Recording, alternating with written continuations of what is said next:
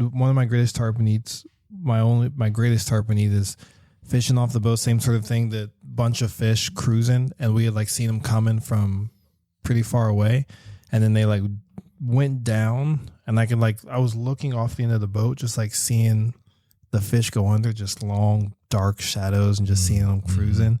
And so I cast and I let it sink, and I'm stripping, and this fish comes up, and the fly is like coming towards me, and the fish is behind it. And I was like, nice. And I was like, and the fish dips down, and I was like, fuck, he's gonna go away. And it dips down, comes up and around to catch the head of the fly.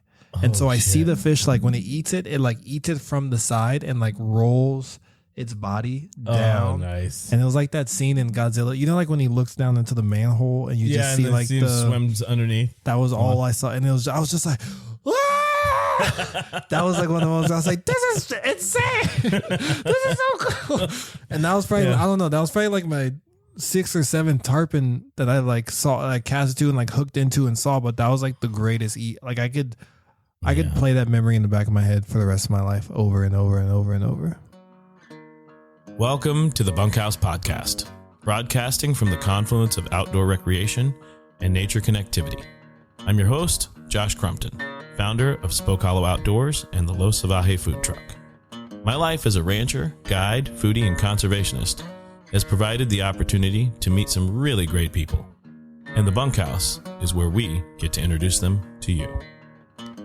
In episode 14, we visit with Eeland Stribbling, comedian, biologist, and outdoor educator. He was in Austin for a series of comedy shows, so we hosted him at the ranch. We talked dove hunting, striper fishing, trout camp, our mutual appreciation of our amiga Kayla Lockhart, fighting tarpon, planning your own funeral, making films, permit fishing, and the importance of being in the outdoors. Yep, this episode is broad, it's weird, but it's also really funny and thoughtful. So strap it in, fire 'em up, and let's get this thing started.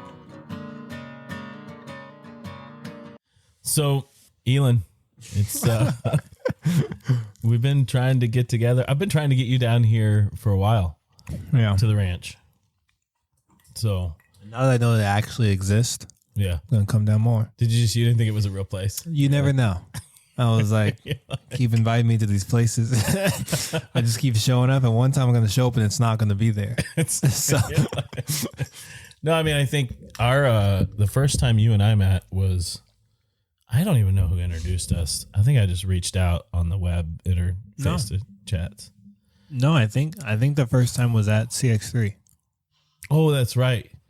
That's right. Because I didn't reach out to you until after CX3, and you're just like cruising on the beach trying to get away from everybody. I was just vibing to my music and fishing, doing what I do, looking for fish, listening to music. No striper were caught on that beach that day. No, I don't know what it was, but I caught a fish, but it wasn't a striper. Oh, you did that morning? What was it? I don't know. You said you don't know, but if you had to name it, what would you have named it? Like a shore tuna mackerel. A schmackerel. Did it fight? Yeah, it like hit strong, and I was like, "Oh, that's a fish." And then it just got tight, and then I was like, "Oh, I got a fish." And then once I brought it, it kind of like dead weighted. It was just like, and then I took it off the hook and it swam away, and I was like, "Well, that was cool." Was it big? No, it was like, I don't know, 10 inches, 11 inches, super small. In my book, that's pretty big. No, that's small. That's nothing. That's a baby fish. Didn't even fight that hard at all. So yeah, I think that was the first time we met. Was on the beach. Yeah, it was romantic. Yeah, sunlight. And then you came out to trout camp. Trout camp, which was a ball.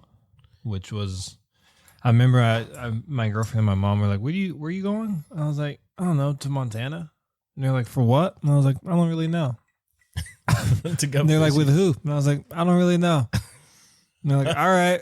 And I was like, I'll hopefully see you in a couple of days. If not, I won't see you. But yeah, so it was cool to show up. And then the crew that you brought out, the crew that was out there was just I mean, I met Kayla before, and then the rest of the people were super nice. And I still talk to one of the, I can't remember his name, Randy, I think, was one of the guys that we floated with for like 2 days. And then we like every once in a while Instagram just like say, what's up, how you doing, cool fish or whatever. Ron. Yeah, so he was a Rowdy super cool Ron. guy. Yeah. He was awesome.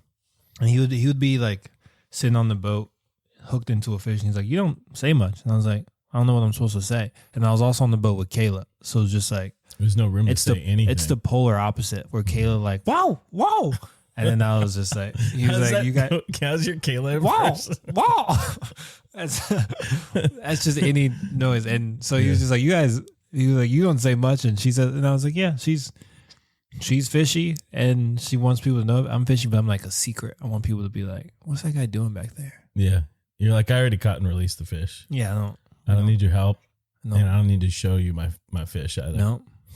I've got, oh man, it's on my phone, which is up on the wall right now. So I want to read it to you, but I can't. Memorize it. Make it up.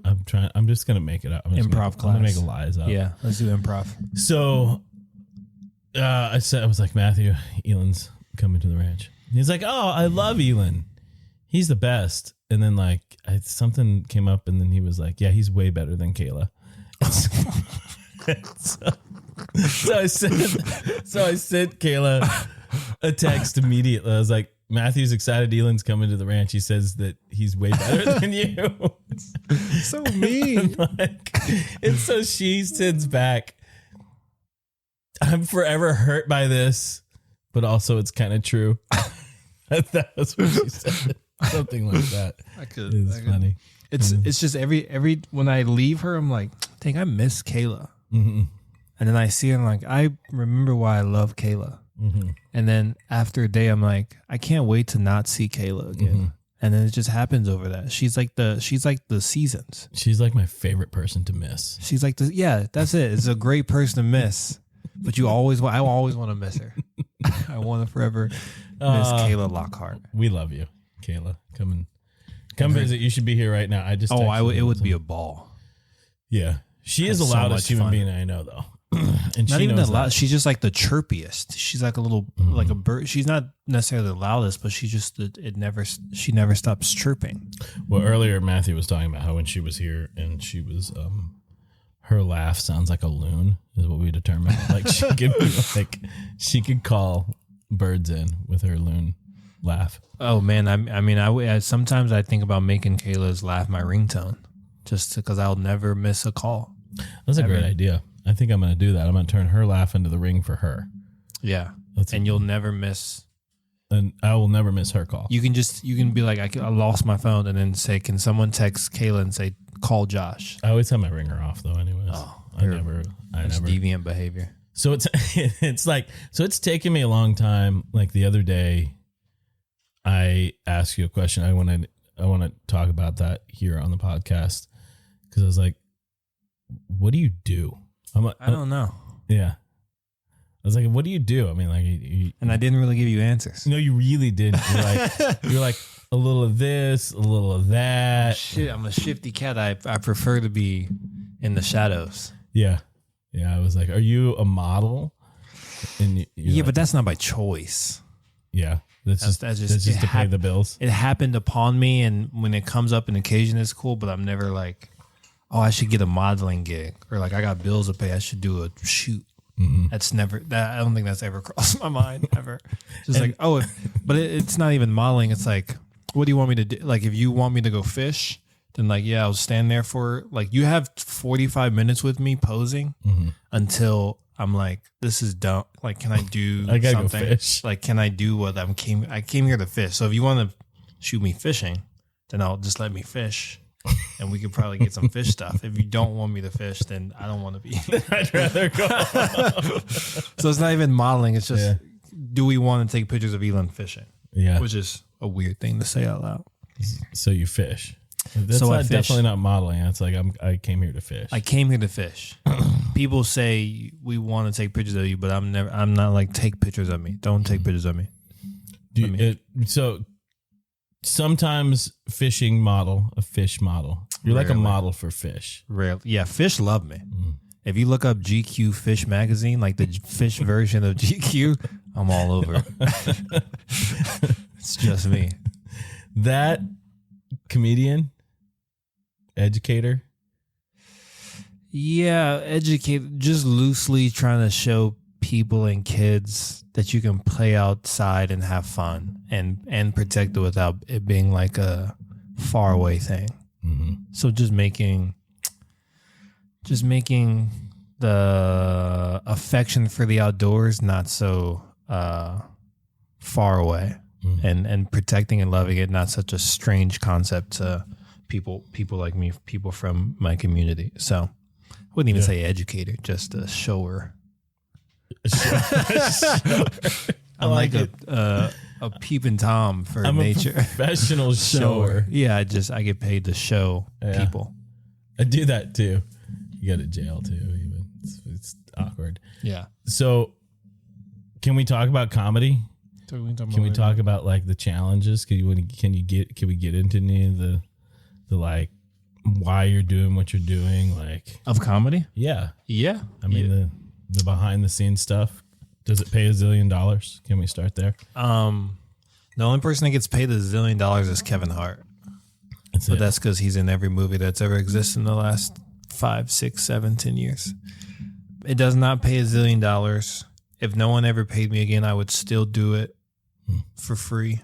I love the art of stand-up. I love when watching someone who's really good at it be good at it. I love the process. I love learning. I love failing. I love being in a room of 100 people and not getting one laugh and being like, I suck. And then being in a room of 6 people where everyone's not supposed to be having a good time and it'd be the best show of your life. So there's always there's never like the perfect recipe for comedy. There's always something that's like, why did this work? But we never really know. It's like fishing. It's like, yeah, I showed up here one day and I got lucky. I caught this many fish. But it doesn't mean I know what I'm doing or I'm good at it. Because I could show up the same time next year, the same day tomorrow, and be like, this was so much better. Why wasn't this the same today as it was yesterday? So yeah. I freaking love comedy. I love comics. I love making people laugh. I like the nuances of stuff. Yeah. Is that always like your whole life? Yeah, I think from a pretty young age, my family is very funny. So it was just like, if you go to a family function, like, my aunties are roasting people. My cousins are roasting people. My uncles are like making jokes. Like everyone's always not even like on their game, but everyone is just always so like quick or fun. Like being around my family is funny. So I was always laughing, and I was like, well, that's like when I think about laughing, I think about my family, and so like I don't know, it was always just brought up. And then when I was in 5th grade, 4th grade, maybe, Cat Williams had a special come out, and I went over my best friend Andreas's house, and his older brother was watching Cat Williams on HBO, and I remember they were all like playing in the other room, and I'd sat down and I was watching Cat Williams special. Didn't know what he was talking about. I was in 4th grade or whatever, but I remember watching him being like, this guy is standing up in a room full of 5,000 people, and he's making them laugh. He's like sharing stories. He's like, it seems like he's being silly. It was just like creatively, I was like, that's like a superpower. Like that's so cool. I want to do that. So then I was like, it was in my head, but I never thought like, oh, I'm going to be a stand-up comedian. And in high school, I like lied to people, and I was like, yeah, I'm doing stand-up comedy. I was in like sophomore in high school. It's like, yeah, I'm doing stand-up comedy. They're like, where'd you go last night? I was like, I went to the comedy club and did stand-up. And I was like, I was just at home playing Call of Duty. Like, I don't know why I lied, but I was like, I started to do it, and then even when I was in college, I started doing stand-up. I was like super lonely for like my junior year of college, my beginning of my junior year. And I was like, I didn't really have people or community or anything I was doing that was great for myself or the world. So I went to an open mic and started doing stand-up, and still never really had the idea of like, oh, I'm going to be a stand-up comedian. Like the word stand-up comedian was like Dave Chappelle, Richard Pryor, George Carlin, Bill Burr, like these people who were stand-up comedians. I was like, I just want to do stand-up comedy. Like, I just want to get good at stand-up comedy. I don't want to be I never thought like I want to be a comedian. I was like, oh, I just want to do comedy. I want to be good at it. So, and then I can't stop. If I get irritable at home, my girlfriend's like, you should go do stand-up.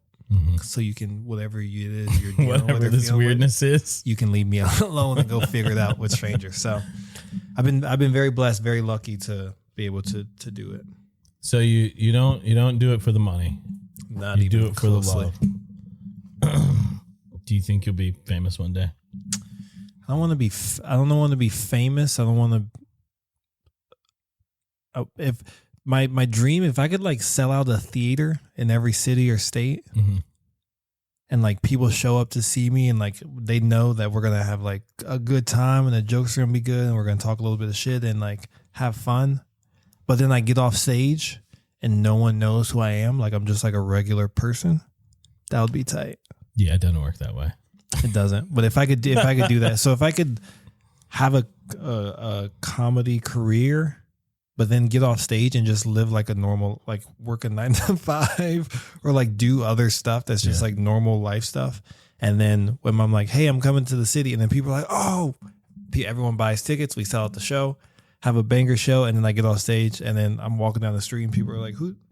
They don't even like, they're just like, who's that guy? And I'm just like, yes. If you got rich and famous, could I ride in your private jet? If I got rich, yeah, you can. You can. You would probably be too busy doing shows to fish. Could I go and fish for you? No. I would fly. If I had a show in Houston, I would fly to Belize early in the morning Before the show, yeah. Try to go stick a couple fish and then fly back, land, walk off the plane, and as I'm walking off the plane, change, and then walk right into I'll land the plane on the street, so I can just walk into the comedy club. I want to be in that entourage, on the fishing entourage. That'd be tight. Okay, this is recorded. That's like a contract. That's like a verbal contract. I'm in. Done. It's law. It is signed. I would love to have get Eeland famous. Fishing entourage. I don't want to be famous. I just want enough money to one, buy a house, two, I think that's it. Just buy a house. That's it. You just want to buy a house. If I could make enough comedy money to buy a house, that'd be tight. And then, I don't want to be famous. It seems like that takes too much effort. I'm not, because you've met famous people, and it's like they're just still people. But some of them most of them are assholes. A couple of them are sweet. It seems like they like put extra. I don't want to tax myself with that sort of. If you're gonna be famous, responsibility, you better be like really rich and famous. Because here's the thing: I think being famous probably is not worth it unless you get paid a lot a money. I guess that's true. That. I don't want to be. I also don't want to be broke and famous. Like that guy Elan, he's great. He's poor. He is poor, but he is famous. He is famous. Means he has no privacy and no money. We know exactly where he lives, and it is not nice where he lives. He is not doing well, but we know him. And he's great at comedy. He just sucks at life. So you came down here. You did a few shows.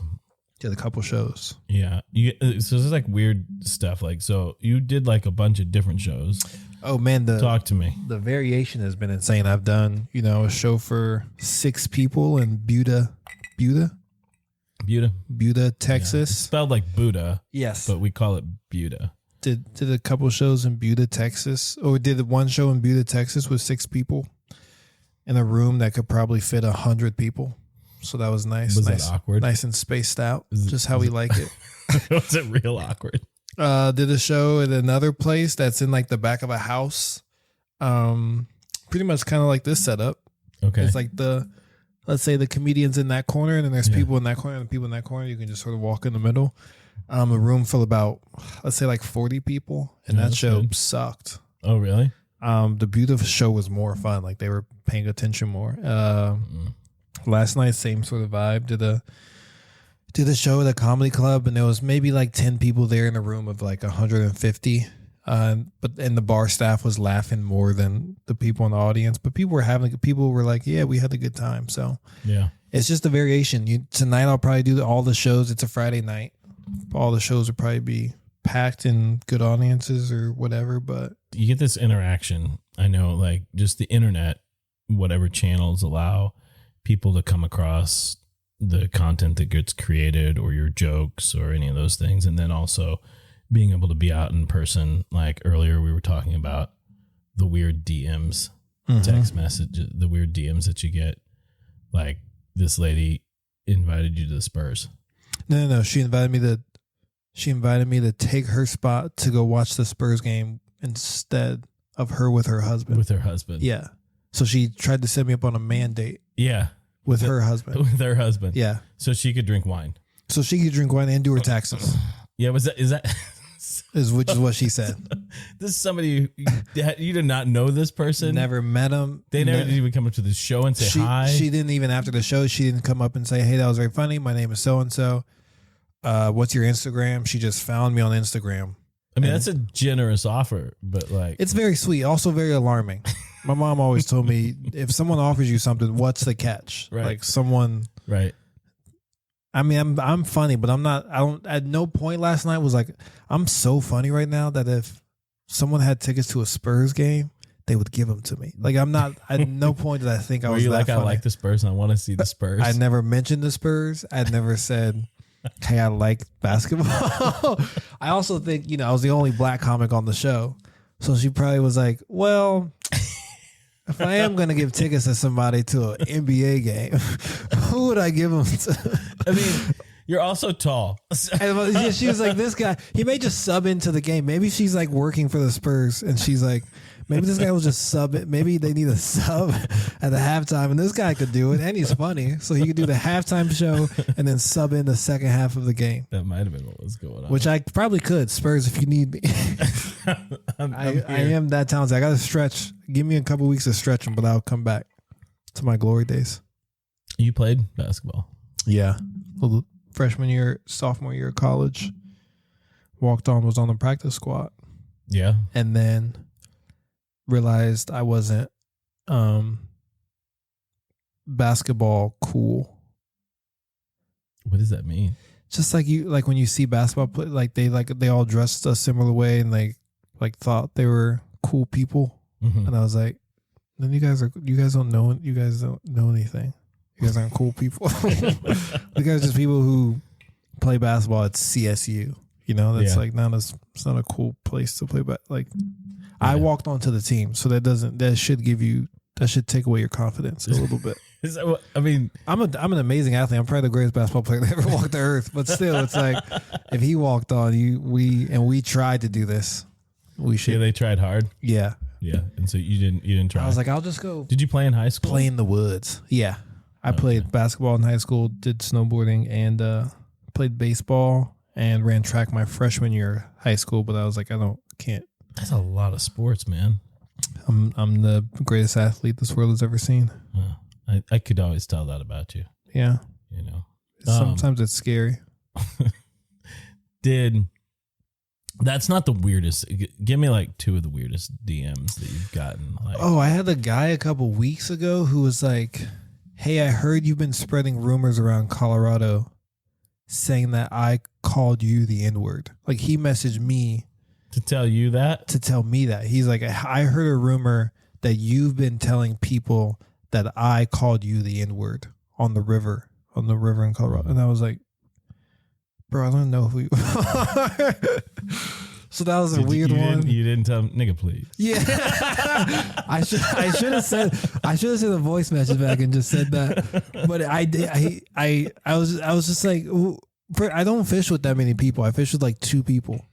Yeah. So I was like, and I was like, what? That's weird. It is weird. It's like, also, what do you want me to respond to that? Like, yes, you did. Did you really respond? Yeah, I did. I was like, I don't know who you are. Yeah. And if people know me from fishing, I fish with one person maybe. Mm-hmm. When I go to the salt, there's a guy who I fish with quite often because he can, skip down the trips. But I fish with one person maybe in Colorado. The rest is with my dog. It's like I'm not walking around the river being like, "Hey, did you hear?" Like you can ask a bunch of anglers, which is so stupid. The angling community, like. There's gossip in the angling community. How stupid is that? There's so much gossip. That's stupid. It is dumb. It's a fishing. But it's a thing. I know, but I'm like, who am I? There's no gossip in the angling community about Eeland. People can make up stuff like he did, but it's like, I'm not. Who am I? I didn't. It didn't like logically make sense to me. Hunters and anglers are shit talkers. Like it's just like you look at them. Like, what do you think? Like, if I think about hunters or anglers, I think about a bunch of like this is I'm getting really stereotypical. Actually, I think about like a bunch of white dudes in flannel, like around a big table, drinking coffee and talking shit. Yeah, that's what I think about. But extending that further into our current communities, I like people who do the things that we do in the outdoors. They love to get together and tell stories. Yeah, but I can look, if he lied and was like, bro, I heard you lying about catching 30-inch fish, I'd be like, probably that's true. I probably told someone somewhere. I could tell a fishing liar he was like, I heard you said you shot an elk with your fist and you pulled its heart out. I'd be like, all right, that makes sense. That's wild, but that's true. But it's not like, that one. So what was it? Did he respond after you're like, I don't even know? No, he just saw it. And I was like, now you don't have the decency to be like, oh, that's my bad, or so-and-so told. And even if he was like, well, Josh told me that you said, I'd be like, okay. Well, you and fucking Josh go tickle each other's ball. Like, I don't know what you want me to do. What do I don't got nothing to do with it. It doesn't have anything to do with me. So I was just like, and that's where the famous part comes in, where it's like, a lot of people will be like, oh, Eeland's Instagram famous, or Eeland's like a fly fishing, like a fishing influence. It's like, if that's the shit I got to deal with, no. And I can only imagine what people, who have more followers or live in the fishing world exclusively, how they deal with that shit. But I'm like, not dog. I don't feel like very many of them would have gotten that message. Yeah, probably. I'm probably the pioneer of my time. Yeah. Do you get weird Instagram DMs? I mean, look, women hitting on me in my Instagram DMs, it's weird. Yeah. But I love it. Well, it's flattering. It's come on. So what does that look like? Oh, those are just more, my boys are going to change here, but a little deviant behavior. Those get a little risque. Yeah. Just after shows, or just after trade shows, after fishing stuff, people are just like, and then I tell people like, I love kids. I love working with kids. And then just the ladies are like, this guy is a fucking saint. Yeah. I don't get any of that. And I'm like, no. Because I'm old. I feel like you would get it out of shape. You're young and in shape. No, there's ladies who like old guys. Yeah, there are. Yeah, out there. There are. It gets weird. Yeah, Instagram's weird. Like it's a weird way for people. It's a dangerous place. Well, people can just feel like they can say anything, which they can. But they could do that in person too. But somehow Instagram is just like whatever. A friend of mine and we spent like months talking like we were from Australia. On Instagram? No, in person. Okay. Real life. This was real life. This is like real life Instagram. Like the DMs of Instagram. Yes. Was like we had the worst freaking Australian accents. And so like my friend from Australia already told me my accent was terrible. And then she tried to help me work on it. But either way, it was like if you went into a bar and did that, like people said terrible things to you. Really? We used to do that in college too. We would go to places in college. Me and one of my buddies would go to college. We'd go to these bars and we would pretend like one of us was from another country. Oh, and the other person would translate? Yeah. Did I tell you about this already? I love it. It's pretty funny. It'd be like, and then your buddy'd be like, he said like Italian, French. Like, that sounds like the Despicable Me gibberish. Like we always chose like Algeria because nobody knows anybody from Algeria. He's from Algeria. That guy's speaking Algerian. And so like we'd get these things and people would be like, you'd have like, again, like women, dudes, everybody just saying the like most off the wall. I think that's the in-person Instagram. Yeah. It's like when they're like from another country. Yeah. I would love to visit this country from another country for real. That is fun. I like the idea of going to bars and interpreting. I think that's really fun. Have you seen these sign language interpreters that have been getting in trouble? No, I don't know if I should laugh or if this is going to be bad. It's like what's happening. I think it's a victimless crime, so I think it's okay to laugh at it. But there's been like news conferences, police conferences where like, let's say it's something horrible has happened. There's been a 17 car pile up or whatever, and the police chief gets on, and like last minute they're like, oh, we need a sign interpreter, and someone's there. And they're like, oh, I do sign language. Oh, no. And then it's like the police chief being like, yeah, so there was a 17 car pile up. There's like 5 people dead, a bunch of people injured. We want to make sure that, and then there's just a person on the side of him who's just like, Signing. but it's not signing. Are you kidding me? They're just like people they're just doing stuff with their fingers and hands. Oh, that's the je te polisimete. It's the same and just thing. spelling stuff. And then people who actually sign in those languages are like, that's not, what is that person doing? That person's not doing. And then sometimes they get caught. Sometimes they just leave and never get seen again. Is this like a viral thing? Like people are doing this on purpose? I don't think it's like a trend. I think people just see the opportunity. Like, honestly, if I was walking past something and they're like, oh shit, we need a sign interpreter. And I'd be like, I could probably do it. And be like, yo, we went out this morning and we shot doves. Yeah. And none of them died. And three died. 3 went down, and that's the end of the day, you know? But then someone watching and be like, that's not, he didn't say anything. Yeah. But then people who don't know are like, oh, that's so cool. They have an interpreter there. That's very unique. You can imagine if you're like if you're deaf, you're watching that going, the fuck is wrong with that person's accent? They're like, what's up with that accent? What sign language are they speaking? Dialect. They must be from another country. Yeah. We shot dove today. We did shoot doves. That was I shot at doves. Yeah.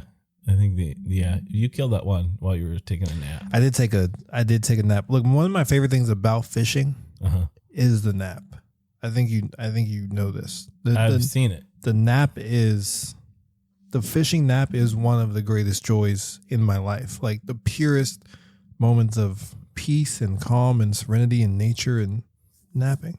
Is napping on a boat? Oh, I will. If you were on the bow and you're casting the fish, I will be like, I'm seeing fish for you, and then the next moment I'm out. And the only time I'm waking up is if you're like fish on, or if you're like, hey, do you want to jump up here? And I'm awake. Other than that, I'm asleep. But I was like, didn't want to bother you guys. It was like, you guys will shoot stuff. I heard you guys shoot, and I was like, I'm too tired to open my eyes. I hope they got something. Mm-hmm.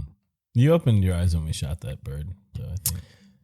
Yeah, but you guys also shot again, and I remember being like, oh, and then going right back down. Yeah.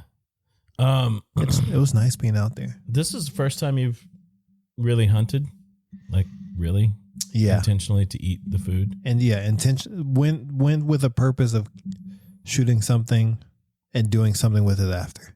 Because like I told you, I shot squirrels with my grandfather in Philadelphia, Mississippi, but I think he just wanted us to pass the time. He just wanted you out of the house. Probably too loud. Yeah. So like, here, go take it out on the squirrels. So I killed a bunch of squirrels. My bad, squirrels. But we never did anything with them. So what'd you kind of like, and also you were younger. So you're an adult now. Middle school. And what was sort of your take? Because we shot clays the day before. I've shot a bunch of guns. I love shooting guns. Yeah. So shooting guns was really good clay shot. I love shooting, and I think it's fun, and there's always something to be learned, and it's a skill that, not a lot of people have, but it's like and it's not a skill I walk around like, oh, I know how to shoot guns, but the more I shoot guns, the more I'm comfortable, the more I'm like, it is fun. And so, shooting guns, I was like, this is sweet. I can't believe. And then I had a moment where I was like, I can't believe I'm shooting at a live animal. Mm-hmm. It almost didn't seem real to me until you guys knocked down the first one, because we kept missing them, and I was like, oh, it's just like shooting clays. and then you knocked down the first one. I was like, and you brought it over, and I was like, and then I saw it go down into the bush, and then you guys were looking for it, and I was like, oh, we're like shooting at like real stuff. Yeah, things that are alive. So there was a moment where I was like, oh, this is not that it's not real, but I was like, this is it's like really happening. Yeah. But it was cool to learn and watch. Like I said, I've known what dove hunting is, but I didn't really know what exactly it was or what it entailed or what it looked like. So it was like cool to learn, and then watching the dogs and stuff like that. It was, I love soaking it in and just trying to be better at it. As soon as I was walking away, I was like, dang, now I want to get good at it, which is just my competitive side and like my thing of like, if I'm going to do something, I want to be good at it. I want to be better than other people, and I want to be just good at it. Yeah. and not in like a showy way, just like as my own, like I'm gonna get good at this. Yeah. Yeah. It was interesting. So I saw, so it's like one thing, you hit the bird, you watch the bird go down, and then you actually have the sort of dead animal, in your hand. And that's, I remember, cause I started hunting as an adult, not having a sense of gravity to it. Yeah. That I probably wouldn't have had when I was a kid, cause it would have just been normal to me. So then we cleaned the birds. How was that? Cause you have a background in biology. We were talking about this. Yeah. I've dissected a bunch of stuff. I catch fish and gut them and clean them. And, I used to work for the state agency in Colorado, and when we would have to put bears down, I was skinning them and taking the fur off them to donate them to schools and stuff for students to see. So, but I think, I don't know, something about the little bird just pulling off its feathers. Mm-hmm. It was just like, oh, okay. And then I don't know, I think because it's such a small animal-ish. Well, I feel like with the bear, skinning the bear, we didn't break its neck, or we just took the fur off. You didn't take the meat. Yeah, we didn't take the meat, so we just took the fur off. And then with fish, I'm like, fish are stupid, so I'll kill a bunch of brook trout, and it doesn't feel like anything. But seeing a little bird and then like cutting its wing off, mm-hmm. and cutting its head off and taking off the feather, I was just like, yeah. How do you feel that, because I felt like with dove, the hardest thing for me with dove is when you shoot them, and if they're not completely dead. That's what I asked them. I was like, do they always die? Yeah. Yeah. I mean, sometimes when you hit them good, they do, but a lot of times they don't. And so I think that was one of the harder parts for me, was dispatching a dove that had been, shot, brought down. Yeah. Then brought back by the dog. But I think the cleaning of them, the processing of them, I think it's a good place to start with hunting, because it's a bird. And so they're designed to not have a lot of blood in the system, because they can't weigh a lot. Right. So you're not dealing with a lot of guts and blood and those sort of things. It's pretty easy, pretty fast to clean. And process. Yeah. Those three birds, but because you're showing me, it took a little longer, but those three birds were fast. Just take the fur off and no feathers. Take the feather off and feathers off, and it's just the breast meat, pretty much. Breast meat and organs, yeah. And so we're gonna cook those later. So that'll be the first thing that you've been on a hunting trip that you're eating, or been on a hunting trip and ate. Yeah, someone in Montana and Colorado gave me black bear once, but I wasn't on the hunt. You weren't on the hunt, but they just gave me piece of me. And then people in Colorado have elk and you've eaten mule deer, but not participated in the whole process. Yeah. And then we're gonna quail hunt tomorrow. Sweet. That's Well, I saw two quail today. We did. We saw two quail. We could not. But one of them was on the ground, and what was his name? The guy who went with us? Chase. Chase was like, wait till he gets up. Don't shoot him on the ground. And I was like, I wasn't even thinking about shooting him on the ground. But it was there. It was probably I don't know. They were really close. 10 yards, 9 yards. Yeah, it was pretty close. And they flew off into the brush. Good for them. That was good for them. Do you think that, I would like for you to come back to sort of learn how to process deer and do that whole thing? Oh, I would love to. Do you think that'll be more difficult than birds? Yes. Yeah. I cried the first deer I shot. I swear I cried. Yeah, I've seen dead deer. I pulled them off the side of the road. I've hit deer, then had to get out and check on them, and police came and put it out of its misery. But I don't know what it is about it, and I don't think it's a therapy thing. But something about seeing the animal, we intrinsically look at bigger animals as more majestical and they have emotions and we humanize them, but just seeing the animal and then killing it and then watching the life out of it. The harvesting part has nothing to do with the killing. Once it's dead, I'm yep. then it's just like the gore of getting through it. But the harvesting part isn't. It's just like the actual like I saw an animal when it was alive and now it's dead. And I've seen like dead bodies. I've seen like dead people and dead bodies and stuff. So have you? I don't know if I equate that. You've seen dead people? Yeah, I found a dead body when I was in like 6th grade, 7th grade. What? Where? There's a creek in Colorado near my grandma's house, and we used to there used to be like a park festival thing. So the park festival thing was on like one end of the creek, and me being I didn't even know it at the time, but me being a nature bum, I was like, I'm just gonna go look in the river and go see what's up. So I just like walked up the creek, and saw a dead body, and then they called the police, and the police came and found a dead body in the creek. What happened? Do you know the whole story? Nope. I don't think my mom wanted me to know what happened to it now. So yikes. Was it traumatic? Was it weird? No, I mean, it wasn't traumatic. I was just like, fuck, that's a person. It wasn't like, ah. Yeah. But that this is going to sound pretty normal, but I don't like seeing dead body. Like even at funerals and stuff, I'm like, no, that's not the person. That's not anything. There's not a person there anymore. Yeah. And I don't want to see like that makes me sad. So but it's not like traumatizing. Like I don't go to funerals. I refuse.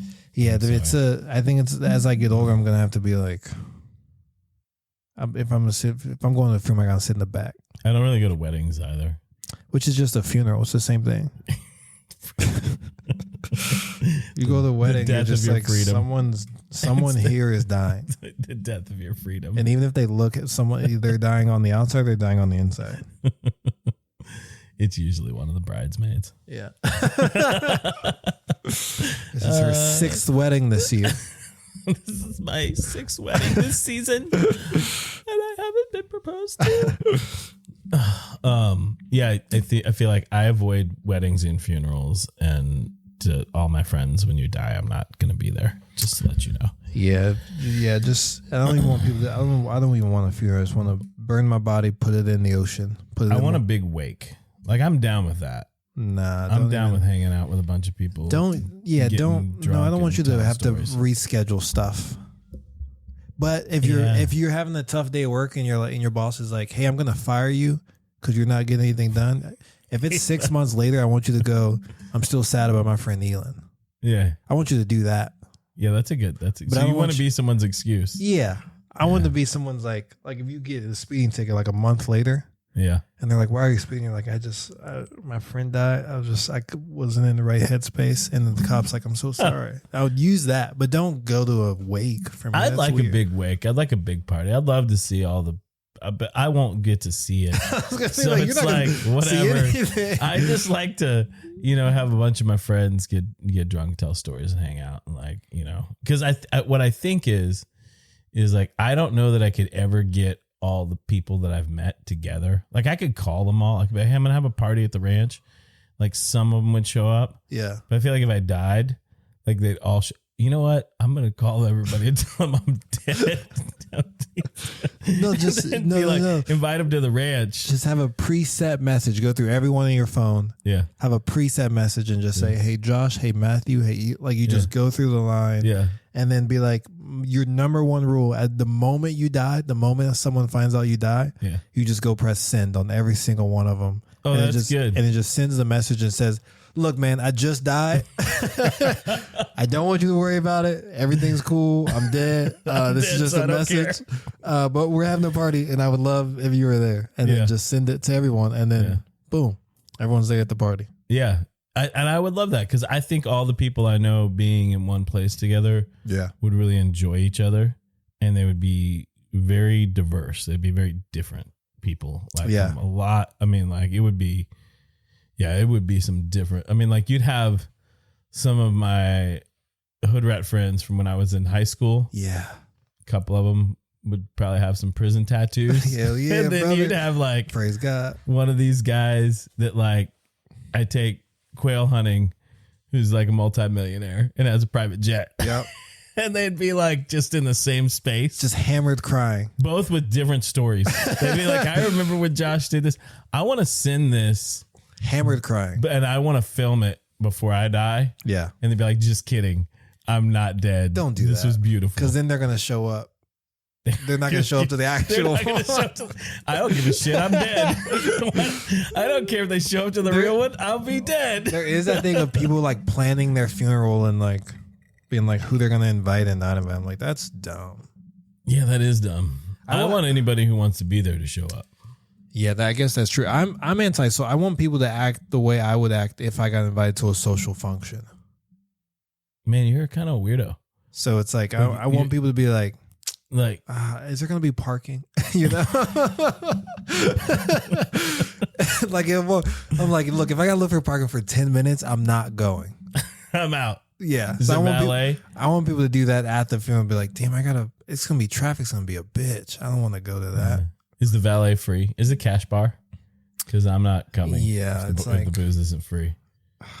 Is the music is there going to be white people dancing? I don't want to go. That's like free entertainment. I try not to go to a place where white people are dancing freely. I'm like, nah, man. We can go to the movies. So what's, you've done a lot of cool stuff. You started out trout fishing. You moved into saltwater. You shot the film with Huckberry. Mm-hmm. Tell me about that film. What was that process like for you? It's called I'll Wait Here Forever. It is a culmination of 3 years of being around people catching permit, being on trips with people catching permit, being in boats where people catch permit, and never catching a permit. And the weight of it, I really felt when I was permit fishing that I felt, and this is so dumb, but this is something I self-imposed. I felt like I had to catch a permit for black people, which is so stupid. I don't know why I put this pressure on, but like all these trips were like, all right, we're going to spend the week here and we have to get footage. We have to get photos. We have to get this. So it felt like pressure, but it was like, I always felt like, damn, I got to catch a permit. And when I catch a permit, it'll be like Obama will call me and be like, thank you. Black people don't fish, right? That's why I was like, I have to catch a permit to prove not only do we fish, but we can catch this fish that everyone says is so hard to catch. And so it became like this whole thing. And then there was just a point, I went on a trip to Belize and I was sitting, it was like a really bad storm and we were on stand-up paddle boards and this storm passed and I like hunkered down like in these mangroves and I stormed past and I'm just by myself and the water is just like flat, like completely flat. The sun's like starting to go down. And it's completely flat. And I just sat there and I was like, I was just having like a lot of like identity stuff that I don't know what happened, but it was all just like culminating in that moment. I just sat there and I like started to cry a little bit and I was just like, this is so like, what am I stressing out? Like, this isn't what this is for. I don't want to feel this way. I don't want to do this. And then like just sitting there in the moment, there were like schools of permit that just like showed up and they were just like, they weren't really castable, but they were just like there. And I saw them feeding and moving and I was like what, that's like, that's it. Like I'm not here to like do this for anyone or even for myself. Like I'm just here. Like I'm just a part of it. It's either going to happen or it's not going to happen. It's not like this pressure of like, oh, you got to do this. And for film and video, it's like, it gets a little different because you have to like get the shot and get content and all that stuff. But I was just like, what am I doing here in this moment? Like, how does this feel? And so then I went home after that trip and I had this idea of like waiting for a permit is like waiting in line at the DMV. Mm-hmm. Where you're just like, we're at the DMV and you're like, this sucks. Like, and then, sometimes you're at the DMV, you see someone walk in and they walk up to the front, they get their stuff and they leave. You're like, how did that happen? Mm-hmm. And then you see the person who's just like sitting in the back with like a laptop and lunch and doing stuff. And you're like, how long do you live here? And so, and then there's like the DMV people. So I just had this idea of like, that was just the beginning. Waiting for a permit is like waiting in line at the DMV. Mm-hmm. And then, I wasn't really like trying to workshop it or do anything with people. And then Huckberry called me and were like, hey, we want to do a video a year with you, blah, blah, blah. Is there anything that you have an idea for? And I was like, I kind of want to do a carp film. And they're like, okay, cool. And then I was like, I had this idea about a permit film and I just started saying like the parts of I film out loud and a couple of the jokes, and he was like, "Oh wow, that's good, that's funny, that's good." And then was like, "Next week, let's hop on the call." And then hopped on the call, and he was like, "Do you have someone to shoot it or write it with you?" And I filmed with We Are Tributaries before, which is RC Cohn. Okay. And he's a great writer, great filmmaker. So I was like, I would only do it with RC, and then RC helped me write it, and he really like flushed out the script and was like, "These are the jokes you want. Let's do it like this. Let's put the story like this," and really like made it come to life. And then did the filming and the editing and all that stuff. And it turned out cool because Huckberry is an outdoor is a clothing brand. Not even a clothing brand, not a fishing brand. Yeah. They didn't want it as fishy. So we caught way more fish, but I mean, way more not permit. We only caught one permit, but we caught way more fish and did like more fishing, but they wanted more like lifestyle stuff rather than like a fishing film, which at the moment I was like, that's so stupid. I want to make a fishing film. I don't want to make a clothing film. I don't want to do social model stuff. I want to do like fishing stuff. And then looking back, I'm like, actually, I like it a little bit more now because it's like my grandma could watch it. Or Yeah, like I think it's good. regular people can watch it and be like, "Oh, that's a cool thing," and be like, "I wonder what that is," and go look into it more and not be like, "Oh man, this dude is fishing," and it's not like the fishing porn movies where it's like slow mo. Yeah. The guys show up, they want to do a cool trip, something happens, it's the last 2 days or it's the last 3 days, they catch the fish. Everyone's freaking happy, which is how it ended up being anyway. Because I caught that fish. We were leaving on Saturday. I caught that fish Friday at 5 p.m. Like we're heading back to the dock, to the lodge, and like, let's just stop right here for a second. And then the school permit show up. And this is after 5 days of blowing. I watched that video and every time I watch, I'm just like, those fucking casts suck. I'm watching my casting and I'm like, and I can cast so much better now. Just because I just practiced, just being on the water. Because you got motivated after watching that film. Yeah, just watching my casting, it sucks. Your casting was good. No, I'm opening up loops and my wrist is like this and it's this way. Oh, you had some breaking wrist stuff. Breaking my wrist and not even like using the backbone of the rod. So I'm breaking my wrist and opening up and then like not stopping and sort of doing like this loop thing. And maybe that's why you didn't catch a permit. Oh, it was ass. But trust me, I've had fish. I've had fish where I could have thrown a rock at it and hit it and still not caught them. And I've hooked up to 3 permit before I landed that first one came off. the film. Yeah. So it's just, yeah. So that was the film, and I think it's been well received. People laugh at parts that I don't ever expect people to laugh at whenever I've seen people watching it. And what do you think? Tell me one that stands out. Do you have one in mind? There's a scene where I'm like standing on the boat and it's like rough waves, and we're actually chasing tarpon. We were chasing like 100-pound plus tarpon that were like swimming on these reefs, but we're like standing on the waves, and it's just the audio of me going, oh shit, and I see the tarpon, like 3 or 4 tarpon swim by, and I grab. It wasn't Pio because Pio was guiding, but I grab whoever was on the boat with me, and I just grab him and like hug his head, and people laugh at that, and I was like, it's not fucking funny. I just missed those tarpon. Yeah, that is. But I don't know if it's like me being like, oh, like in the moment I'm like, oh, and I know we're filming, but I'm like, oh fuck, those are big ass. I would love to catch one of those. I think it's the Schadenfreude. People are like what? He's sad. That's a German word. What? Schadenfreude, I think. Schadenfreude? Yeah, like the Germans are the only one who have this word. They have a word, and Schadenfreude. This is we can talk about this. I'm all ears. I think that's why people laugh. So Schadenfreude is a word in German that means to take pleasure in the pain of others. That's hella German. That's it. That's hella German. They have a whole word for that. Like a whole word. But I think that's it, right? Like somebody because I remember that part, and it's like you were pretty bummed that you missed the fish. Yeah. And you can't do that. So that's it. Like, but I like in the film, I like laugh though. I like do a chuckle. It's not like it's like I chuckled and then I like hold his head and I'm like, and then people laugh and I was like, but you never really know what people will take away from it. But not that it's been well received, but I think people are like, it's a new saltwater film because it's like kind of scripted. Yeah, it's not just like let's go film in this sick ass place. Well, that's the thing is I like it that it's not about like it wasn't heavily about the place that you're going to. Yeah. Like so many fly fishing films are like in the middle of the Bolivian jungle. Yeah, exactly. Yeah. In the hardest place that you'll never fucking in the fish. Seychelles. Yeah. Mm-hmm.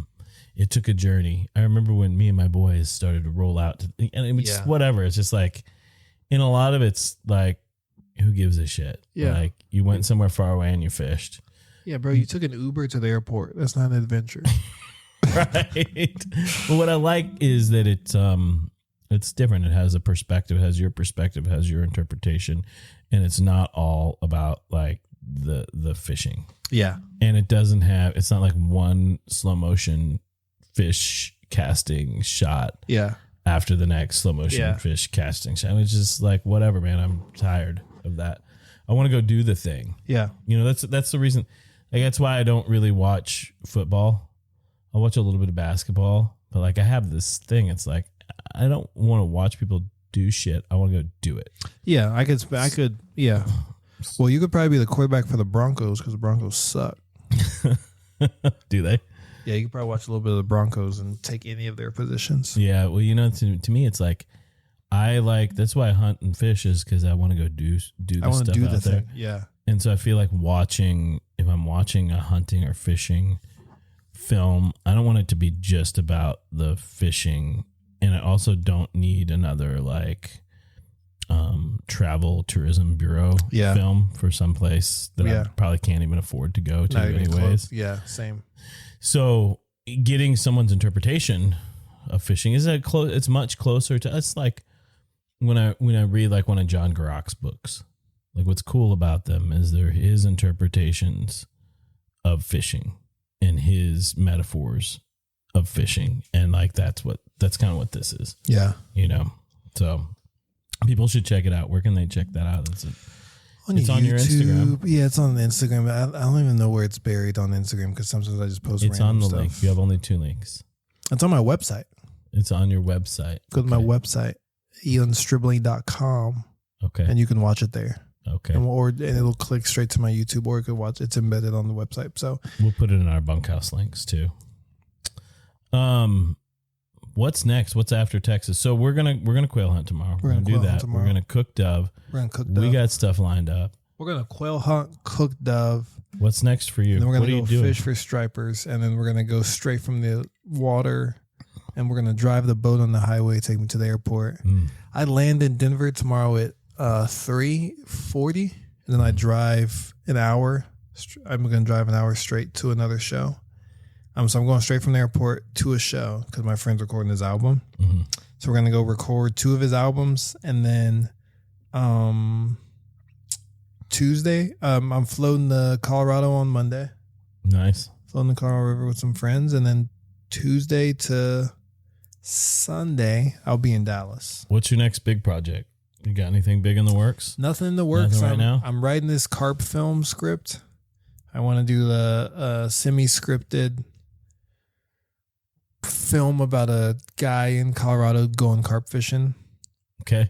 So I'm working on that. I'm just writing the script, but right now there's no like projects in the work, no shoots or anything like that. Just sort of hanging out. Get something going. Let's do the carp film. Yeah. We got carp here. We should go carp fishing. I love carp fishing. You got at least 10 minutes before you have to leave for your show. My favorite fishing is tarpon, bonefish. I take that back. Tarpon, carp, bonefish, alpine cutthroat. Tarpon, carp, bonefish. Permit's not even in there.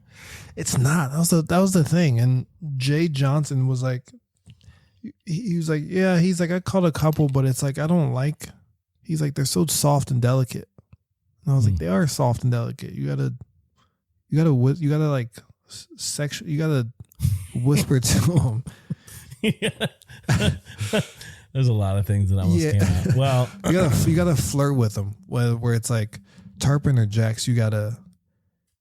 It's still a little bit of a dance, but it's like, if it's like a big girl. Like when she's on you, she's on you. I like tarpon. It's my favorite fish. I think I'm becoming the tarpon, not the tarpon only guy, but the guy who's just like. I would go to just do a tarpon trip. Yeah. Only tarpons. I would only go to just do a tarpon trip. Yeah. And big ones, someone asked me, like, would you rather catch like one? Because I've caught some, pretty decent sized fish, but like, would you rather catch one super big one or 100, smaller ones in a day? And I'm like, anywhere in between, I don't care. I love tarp. They look cool. They fight cool. They eat. They're super pretty. I like the little fin that hangs off the back of their fin on the back. And I don't know what it's called. And I've like looked it up on studies, and some people say it's like to help with current. It's like the adipose fin of a saltwater fish, but some people are like, it has no thing. It's just a vestigial thing from when they were walking on land. Yeah, they reversed. I feel like tarpon reverse evolved. Yeah, so tarpon actually used to be tigers on land, and then they crawled up on land, became tigers, and were like, this shit's whack. And then they went back to the ocean and started killing shit. Gravity feels awful. I fucking hate gravity. So that's just their tail just sucked up to their spine. So I freaking love my tarpon. biggest tarpon was probably like $1.80, and it's insane, dude. Like, well, after the third jump, and then they stop jumping, and you got that fish. Yeah, you're like, oh shit. Yeah. Now I have to deal with this situation. Did Kayla tell you her tarpon story? No. Where were you at? Oh, you don't have to say if you don't. Yeah, I can't say. Okay, good. I'm not gonna say either. Spot. Same. Well, I watched Kayla. I caught a fish, and then Kayla hooked into a fish, and she passed out fighting her tarpon. Her tarpon weighed more than her, and my tarpon didn't weigh more than me, but it was like good size. But she passed out during her tarpon fight. Did it get away? No. Did she wake back up? Yes. So she's like fighting this fish, and she's been fighting it for like got like dehydrated. 20 minutes. Sun being down. But she passed out in 20 minutes. Like she had been fighting the fish for like 20 minutes. Yeah. And the sun's being down, and people are like, she's like, ah! This is the time where I'm like, yeah, Kayla scream. Like I'm and she's fighting this fish, and she's standing up fighting this fish, and we're fishing with 13 weights full sink. So it's a decent fish. So she's fighting this fish, and she's like, guys, I'm not feeling so good. And so they get her a cooler. They get her like a Yeti cooler, put the cooler down, and she's like sits on the cooler. So she's like, okay. So she like the fish starts to go, so she stands back up and just like goes limp. Like goes like straight limp, and someone grabs her and is like holding her and the rod to her. Oh shit! And she like wakes back up. It's just like, and then like cow reels it in, like fights the fish, gets it in, puts on like a little floaty thing, and then gets in the water, and they're like, take a picture with the fish, and she's like bobbing in the water with this giant tarpon next to her, and she's not really she's just exhausted because it's like it's a fight. Yeah. And so she's just like bobbing with the fish, but she casted, jumped that fish, passed out, landed it. That's pretty bad. Let it go. Yeah. So it was pretty sweet. So I was like, it was one of the moments you see a lot of people who can't really fish who show that they can fish or pretend to fish. Yeah. I was like, oh, Kayla can like fish. Yeah, she can fish. Yeah. I had probably like a 30-minute fight. Okay. Like, I mean, I think once you learn to stuff them and play them, it gets a little bit easier. I was on that trip and I was out with a good friend of mine, and he was guiding me, and it was the first time I ever got seasick. Really? And there was freaking tarpon everywhere. And so I'm seasick. Matthew's on the boat, and like I am like, first I feel a little queasy, and then I'm like, no, dude. So I go off the back and I just puke everywhere off the back of the boat, puking. And then I get like a towel and I would just wet it in salt water, and it was hot out. And I had 3 towels over the top of me, and I'm in fetal position in the middle of the boat. My buddy's like, hey, you want to go back in? I'm like, fuck, no, there's tarpon, man. And then so then he'd be like, okay, we got a shot on these. They're like right off the thing. And I would like throw all the towels off me, and I get up and I get back out on the boat, and I pick up the rod and like just go after it, hook up a tarpon. No seasickness. Like it's gone. Like I'm all fucking adrenaline. I'm just like, man, fight a fish, maybe land it, maybe not, maybe it gets off. About 10 minutes after, I'm like, okay, drink water.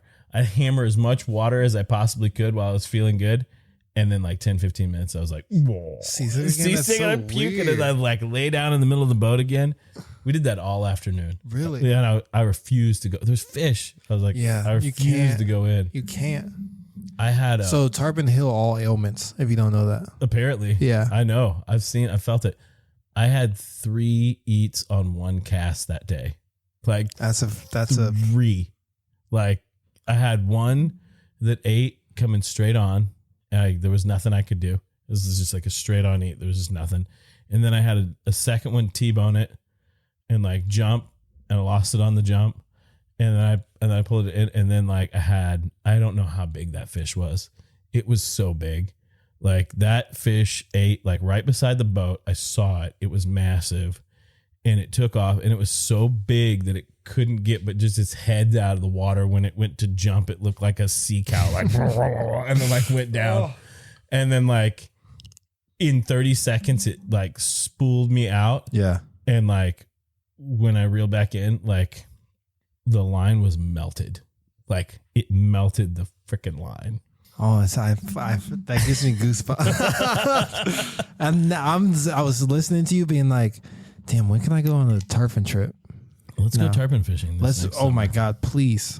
Yeah, I will clear schedule. I mean, you and me and Kayla should go tarpon fishing. I'll do it in a heartbeat. One of my greatest tarpon eats, my greatest tarpon eat is fishing off the boat, same sort of thing, that bunch of fish cruising, and we had like seen them coming from pretty far away, and then they like went down, and I was looking off the end of the boat, just like seeing the fish go under, just long dark shadows, and just seeing them cruising.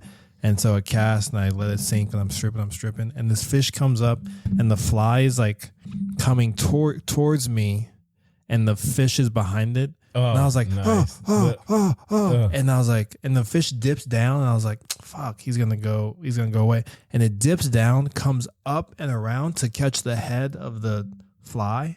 And so I see the fish, like when it eats it like eats it from the side and like rolls its body down. Oh, nice. And it was like that scene in Godzilla, you know, like when he looks down into the manhole and you just see like the swims underneath. That was all I saw, and I was just like,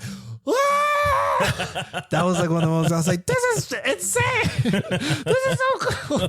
And that was probably, I don't know, that was probably like my 6 or 7 tarpon that I like saw, I cast to and like hooked into and saw, but that was like the greatest eat. Like I could play that memory in the back of my head for the rest of my life over and over and over and over. Those are the things. I feel like those are the things. And I don't know. It just it connects you. I feel connected to something bigger than me. Oh yeah. You know? Yeah. Now, and then even now I'm like, now I care a lot more. And it's as shitty as this, maybe not as shitty, but I'm like, now I care a lot more about saltwater because it's like, I want other people to see this thing.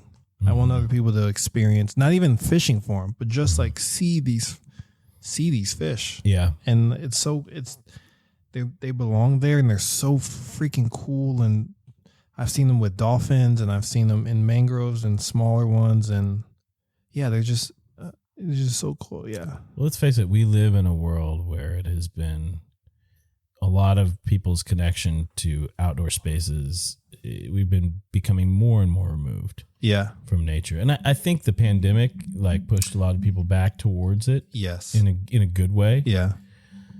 But even still, there's a huge portion of the population, and particularly younger generation, that don't care about being outside. No, they just look at a video on Instagram with a popular audio. Yeah. And Or people who you see who go out there and they're fishing to get the photos. That's what they're there for. And that's tough. I understand that getting the photos, and I mean, we're out there and we're catching photos, but it's definitely not why I go out there. It's not the purpose of going out there. To me, it's like maybe not even a byproduct. It's like, if I get it, if it happens for me in the fish in that moment, it happens. Yeah. If it doesn't, I don't give a fuck. I would say like 70% of my outdoor pursuits are not captured even. There's about 30%. And I really, to me, it's capture them so I can show them to other people to inspire other people. That's all that it's about. Is like, how can I inspire you to go out there and do this thing, you know? And we didn't even get into the concept of inspiring and diversifying the outdoors and what all that looks about. And I think that's like a whole nother podcast. Oh yeah. You know, so we'll just do that tomorrow after we quail hunt. Yeah, we'll do that. We'll go Right in quail between hunting. stripe We'll see the fishing. sunrise, the eclipse. Yeah, We'll it's see the tomorrow. eclipse. Then we're gonna go to the Spurs game in the morning, and then go I'm fishing. gonna hook up with that and woman's then- husband. Yeah, if you're in Austin and you're just looking, just do comedy once, and I'll tell you when this lady's gonna be at a show, and she'll give you tickets to the Spurs game with To her the husband. Spurs game. You may have to bang her husband. But he's a handsome devil. I mean, it's all subjective. It's either yes or no. You know, It's We either- talked about. Can we talk about that? We can talk real about quick? Because anything. we did. We were in the car the other day. I want to get your. I want your final ruling on this. So, like, when I was in college, it was like, oh, that person's a 5, a 6, a 7. Yeah, we all do it. I think I'm a soft 7. Soft 7. I'm a So make you a soft hard 7. 8. So I'm a hard 6. Hard 6. Hard 6, soft 7. So I think it's like, you know, when you're just like, everybody does that. There's, oh, Yeah. that's a perfect 10 or whatever. Which doesn't exist. No, I feel like it's binary. Yes. It's a 1 or 0. Yes, it's I would or I wouldn't. Yes or no. Yeah, and then people try to make it circumstantial. I did that yesterday. They'll say, "Oh, but if it was like if it was the last guy in Austin, yeah, people would be like, okay, then I would." Well, Yeah. then you would. that's a yes. So it's a yes. That's it. It's like, oh, if it's 4 a.m. and I haven't, hooked up with a girl in 2 years, and is she attractive? No, but I don't want to be alone. So it's a yes. Yeah. So she is a yes. Yeah. So it's not, oh, if this happens, it's like it's either a yes or a no. Yes or a no. Last person on the planet. Yes. So you're saying I got a chick. Yeah. So it's like, So I also feel like that's like just to come back to this Spurs game you were going to. mm-hmm. I mean, I feel like that was like a trap of some sort. Like, yeah, like, and so here's the thing is like, I told you should just send a message and say, let's just get to the point. I might send it just out of boredom. Am I going to get Canceled? Probably. killed, or stuck in a weird 3-way? Rather get killed than canceled. Because if Red is like, go with my husband, because I don't want to go, Yeah. so I can You're drink like, does he wine. suck? Yeah, it's like what? Why don't you want to spend time with them? But I'm like, Yeah. okay, maybe she doesn't like sports, but then she's like, so I can get drunk. Like that's sort of like flirting to me. Like so I Yeah. can get drunk and do my tax. Like I didn't need to know that information. Yeah. You could have this been is like, because I weird. don't want to go, and I'd be That's like, weird. cool. And I'm like, oh, so now you're gonna tell me when we come back to the Yeah. place you're gonna be drunk, And doing tax and have done the taxes. clothed or no? Like what? Yeah, I don't know, man. It's weird. That whole thing is weird. But I mean, it's also could just be you're in Texas, so it could just be very. And nice. I'm also in Austin, which is just a weird place because it's Texas, but it's so not Texas, but it is Texas. Yeah, but you were in Austin, but they wanted you to go to a game in San Antonio. Oh, I That's guess like that a whole makes nother sense. city, even. How far away is it from Austin to San Antonio? Like an hour. Oh, I'm not driving an hour with a fucking stranger. I didn't even think about that. For some reason, I was like, oh, it's just in Austin. But I'm not going to drive an hour to another city in Texas with a strange man while his wife does taxes at home. I'm not fucking doing that. You've lost your mind, lady. Don't you ever send me a goddamn message like that again. We've come to the bottom of it. You're a 0. Oh, God. There's no circumstance where I'm banging you or your husband. Oh, man. Well, you did get on a plane to go fish for trout. So That is true. my advice to if her you would have is said, would you like to go tarpon fishing? if you would have said, do you want to with go my- trout? Yeah, tarpon and trout fishing with my husband. I'd be like, when? Yeah. Tell me when and where, and I will show up. And the best part is she could have been like, would you like to go tarpon fishing with my husband in the San Antonio River? Yes, And he would have been like, sure. and he wouldn't have known. I He would have been there. like, the San Antonio River. I've never heard of that salt water, that salt flat. It sounds Is like that a a salt It flat sounds fucking sick. Do they eat? Do the they- fish eat? I'm there. out there? Eeland, thanks for being here, man. Josh, thanks for having me. I'm glad this place actually exists, and I can't wait to come back. I hope you come as many times as you would like to. Oh shit! It got loose there. Yeah, no, I can't wait. The next year, I told my girl and I we want to come back for the Texas September 1st, Texas Christmas. I think that would be really, really fun. And yeah, I really, really enjoy this place. I was just walking around the other night, just being like, this is the life I want to live, just in the woods. Well, come down. Let's go fishing though. Let's go to the coast. Let's do not as many shows as you did this time. Let's plan fishing. If we plan fishing first, and I can plan shows after fishing. Awesome. But if I plan shows after, everything else comes. Let's do one at the ranch. A show? Yeah. Oh, easy. I can actually get some awesome comics to come and also be a part of the show. On the ranch. Sick. Yeah. I don't even think I've heard of anybody doing that. Let's do I do. Have you done them on a ranch? Not on a ranch, but I've taken my friends up to Carbondale, and we've done it in just someone's backyard next to the river. Let's do Comedy Ranch, easy. Texas edition. That sounds like a sex place also. Anything with ranch sounds like a sex place. Who's got Spurs tattoos. I'll invite her. I'm like, you bring your husband to this ranch in the middle of nowhere. Look how the tables have turned. And I'll eyeball you guys and say yes or no. 1 or 0. 1 or 0, baby. Till next time, buddy. Binary. See you later.